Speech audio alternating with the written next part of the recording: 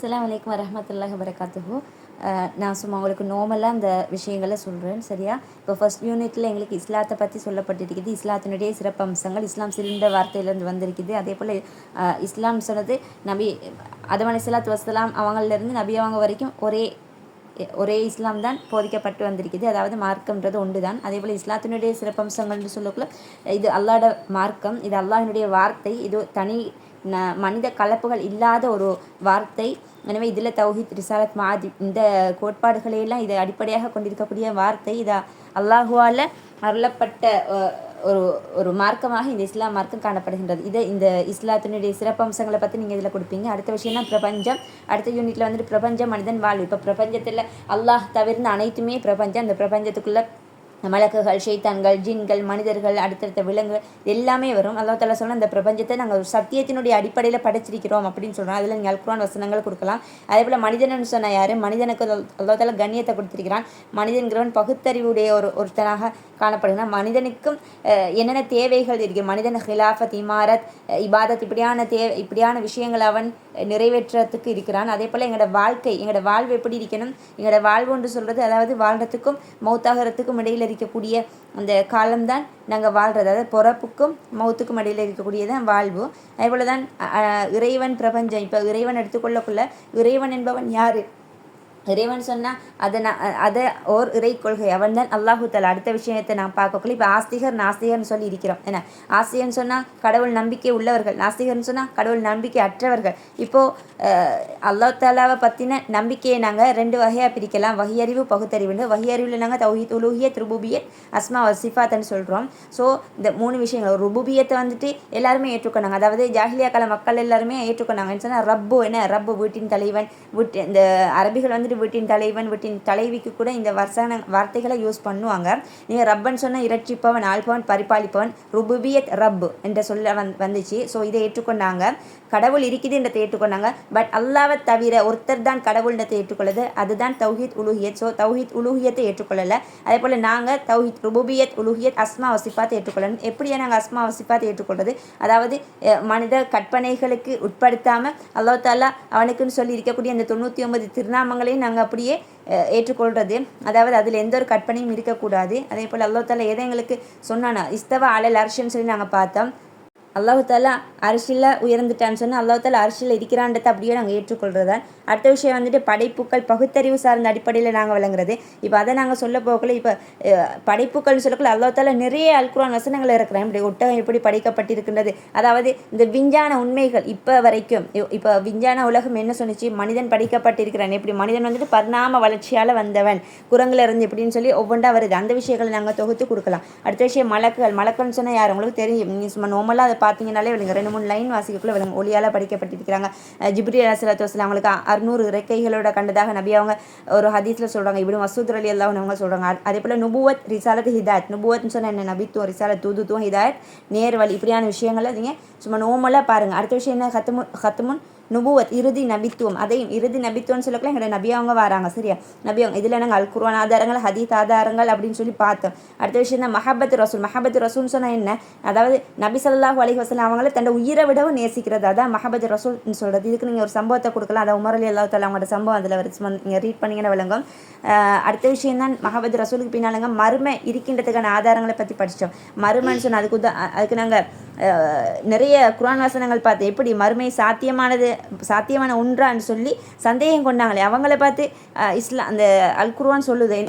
அத்தியாயம் 22 5வது வசனத்துலாம் சொல்கிறது நாங்கள் பார்த்தோம். அடுத்தது தான் மறுமைக்கான அவசியம். மறுமை எதுக்கு அவசியம், நம்ம எங்களுக்கு கேள்வி வரலாம். மறுமை ஏன் அவசியம் சொன்னால் இந்த உலகத்தில் இருக்கக்கூடிய நன்மைகள், தீமைகள், அதுக்கான ஒரு விலை, அதற்கான சரியான ஒரு நீதி எங்களுக்கு மறுமையில் தான் கிடைக்கும். அதே போல் இந்த உலகத்தில் வந்துட்டு நாங்கள் கஷ்டப்படுறோன்னு சொன்னால் எங்களுக்கு மறு உலகத்தில் நல்ல வாழ்க்கை இருக்குது. அதே போல் இறைவனை நாங்கள் அந்த உலகத்தில் காண முடியாது, பட் எங்களுக்கு மறுமையில் காணல. அப்படியான விஷயங்களை நாங்கள் பார்க்கணும். அடுத்த விஷயம் தான் உலக முடிவுக்கான அடையாளங்களை பற்றி பார்த்தா அதை சும்மா நீங்கள் ரீட் பண்ணிங்கன்னு சொன்னால் விளங்கும். அதில் பெரிய அடையாளங்கள், சின்ன அடையாளங்கள். அடுத்ததான் மறுமையினுடைய நிகழ்வுகளையும் பார்த்தோம். அடுத்தது சொர்க்கம், நரகம், கல்லா கதிர் உங்களுக்கு தெரியும். அடுத்த விஷயம் தான் வந்துட்டு ஈமானுக்கு அமலுக்கு இடையிலான தொடர்பு. ஈமான்னு சொன்னேன், என்ன அமலன்னு சொன்னேன். ஈமான் ஒரு மனுஷன் வந்துட்டு முஸ்லிமான ஒருத்தர் இருக்கான்னு சொன்னால் அவனுக்கு ஈமான் தேவை. ஸோ ஈமானுக்கும் அமல் ஈமான் உண்மைக்குமே ஒருத்தர்கிட்ட ஈமான் வந்துட்டுன்னு சொன்னால் ஆட்டோமேட்டிக்காக அவர் வந்துட்டு எல்லா அமல்களையுமே செய்வார். அமல் சொல்லக்குள்ள 2 விதமாக நாங்கள் பிரிக்கிறோம். ஹுக்குக்குல்லா ஹுக்குக்குல் இபாத், அதாவது மனிதர்களுக்கு செய்ய வேண்டிய கடமைகள்னு சொல்லியும் அல்லாஹுக்கு செய்ய வேண்டிய கடமைகள் அப்படின்னு சொல்லி. மனிதனுக்கு செய்கிறது என்ன? ஹுக்குக்குல் இபாத். ஹுக்குக்குல்லான்னு சொன்னா அல்லாஹ்க்கு செய்கிற கடமைகள் அப்படின்னு சொல்லி பார்த்தோம்.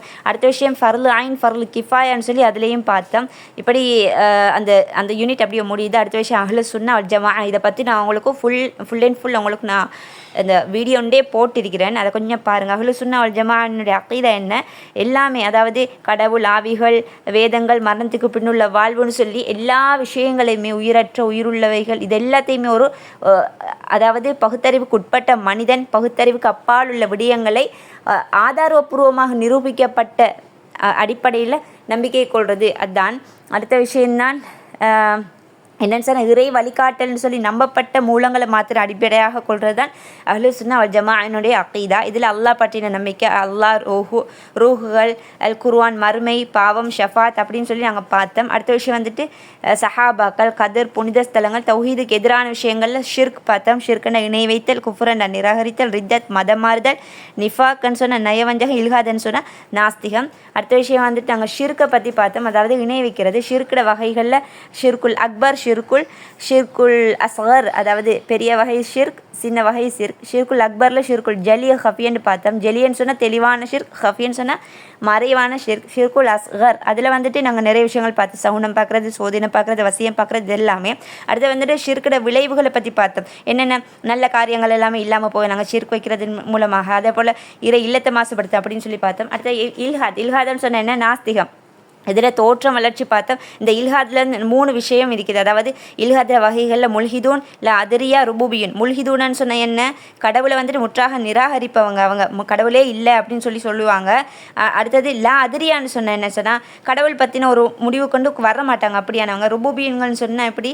கடவுளை அவங்க ஏற்க மாட்டாங்க, ஆனால் ஏதோ ஒரு சக்தி ஒன்று இருக்குது அப்படின்னு சொல்லி அவங்க நம்பிக்கை கொள்ளுவாங்க இப்படின்னு சொல்லி நாங்கள் பார்த்தோம்.